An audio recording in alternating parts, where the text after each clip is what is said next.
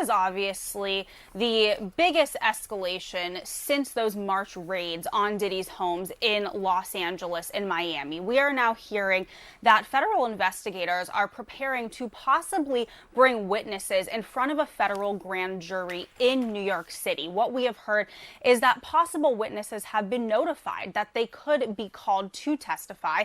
Now, sources do caution that investigators are still in the process of gathering information. In fact, they are still calling in new witnesses, and they have called in some witnesses multiple times. We also hear that the majority of the accusers who have filed these civil lawsuits against Sean Diddy Combs have been brought in for questioning, and again, some of them being called in numerous times. We hear that many are cooperating and even handing over evidence that they feel could be relevant into this federal probe.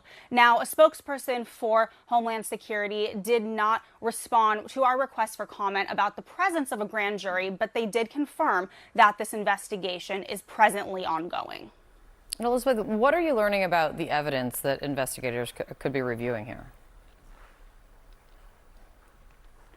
So, as I mentioned, those federal raids that were conducted on his homes back in March, obviously a lot of people wondering what was seized. Well, we are learning now that federal investigators are in possession of video footage that was taken inside of Combs's residence. We hear that these investigators have been contacting individuals that they have seen on this footage. One person, in addition to the accusers who have filed these civil suits, is a male sex worker. That is what a source tells me, and that they have been brought in for questioning through these federal investigators. Now, when the raids first happened, we had a law enforcement source tell us at CNN that the investigation was largely based in sex trafficking, which is what HSI specializes in. Now we are hearing that that scope has been widened and that investigators are really looking into all of these claims put forth in these civil lawsuits. That would include not just sex trafficking, but also money laundering